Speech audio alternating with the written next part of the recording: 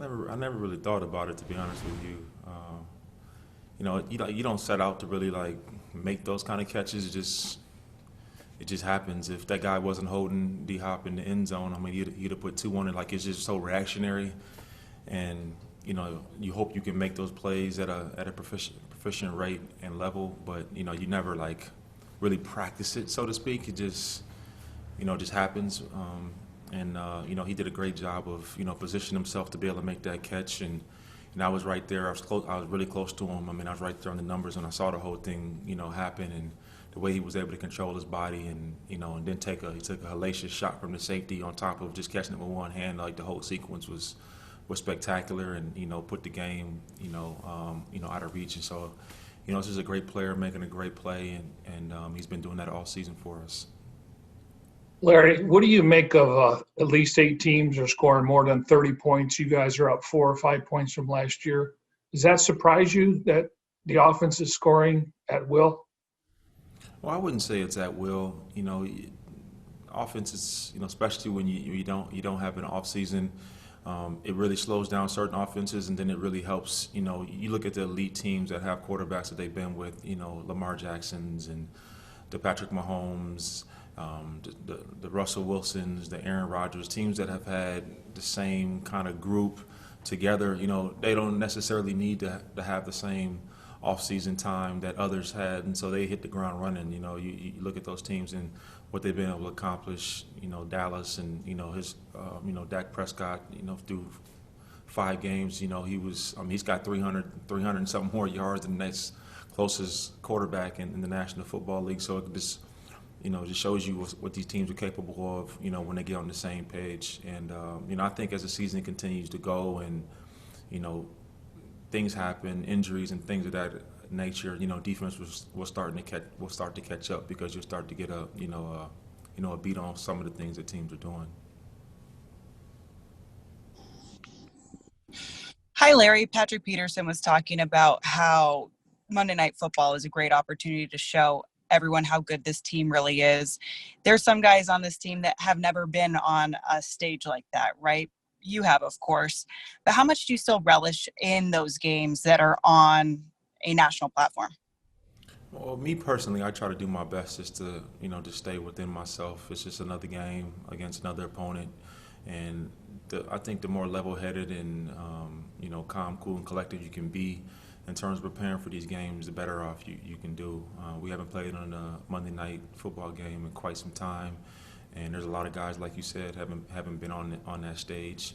So it's a great opportunity to make yourself a household name, and to be able to go out there and showcase what the Arizona Cardinals are all about for a national stage. But you have to put that aside and just play each play as it comes, and make sure you're just focused on doing your assignment to the best of your ability.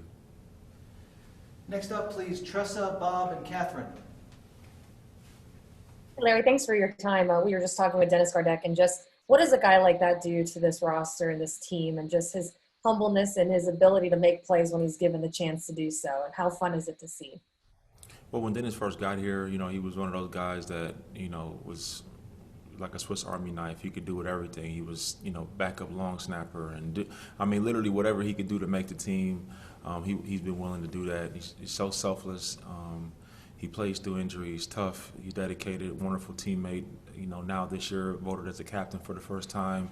And I think his teammates really respect the way he goes about his business, how much he cares, his work ethic, the way he practices. And obviously losing Chandler is a devastating blow to our team. When you take arguably the best defensive player in the National Football League off your team, it's a really, really difficult blow to swallow. But Dennis stepped in there. He had a great opportunity and came out and had a lot of pressures and recorded 2 sacks. His teammates were all elated for him, and hopefully he can go out there and do that for us again against the Cowboys on Monday. Larry, what do you think of the stat that Kyler's 6-0 at AT&T Stadium? That's impressive. We would love to support him and helping him, get that mark up a little higher. I was talking to him today, and I was asking him, has any player in the NFL ever, won a game in the same building in high school, college, and professionally? And we were rattling off names, but I couldn't think of anybody. He couldn't either. How cool would that be to be able to go home and do something like that. But you know, want to get ahead of ourselves. We just want to focus on playing one play at a time. And this is a really good football team. You know, they score a whole bunch of points, and they've been in every single football game they've played. And obviously, they're playing at home. And so, you know, we have to be clicking on all cylinders to beat them. Larry, what do you make of this Dallas defense in that, you know, they're struggling statistically in a lot of categories? Sometimes it's translated to wins, but obviously hasn't quite a few times. Just where are there opportunities for y'all to take advantage of what their defense is showing? Well, I've had the pleasure of playing against Mike Nolan defenses for many years, even back when he was in the San Francisco 49ers. He does a hell of a job calling games. He's had a lot of success in the National Football League for a very, very long time. He will have his team ready to go. He always has. He always will. You know, what we need to do is just focus on our execution, the plays that we need to run, and running them at a really, really high pace and high level of execution. That's going to give us the best chance to have success if we're doing that. Can't really worry about what they're doing and the schemes that they're running. You know, we really like our game plan this week, and we need to focus on executing it to a high level. We will wrap it up with Howard Balzer in the last question. Hey, Larry, following up on the question about the offenses, road teams have won almost half the games in the league this year and scoring a bunch of points. Do you think that not having crowd noise kind of helps offenses? And then real quick, when the Cardinals signed Prince, did you remember back to being with him when he was high school player of the week 14 years ago? Yes, to answer your first question, it's definitely a lot easier. I talked about it a few weeks ago, you know, like playing this last week in New York.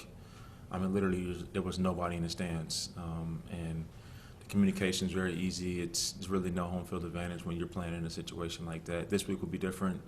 I know it won't be full capacity, but there'll be a lot more than we've played in front of, you know, thus far.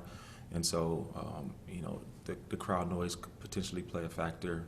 But, you know, whatever it is, we'll be ready. We're professionals. And, you know, I've been really cool with Prince for quite a while. It's been great to watch him go to Nebraska and then, you know, go to New York and in Chicago and, you know, Jacksonville. I mean, I kind of followed him throughout his career. All the Arizona kids, you kind of follow. And I still remember meeting him, you know, under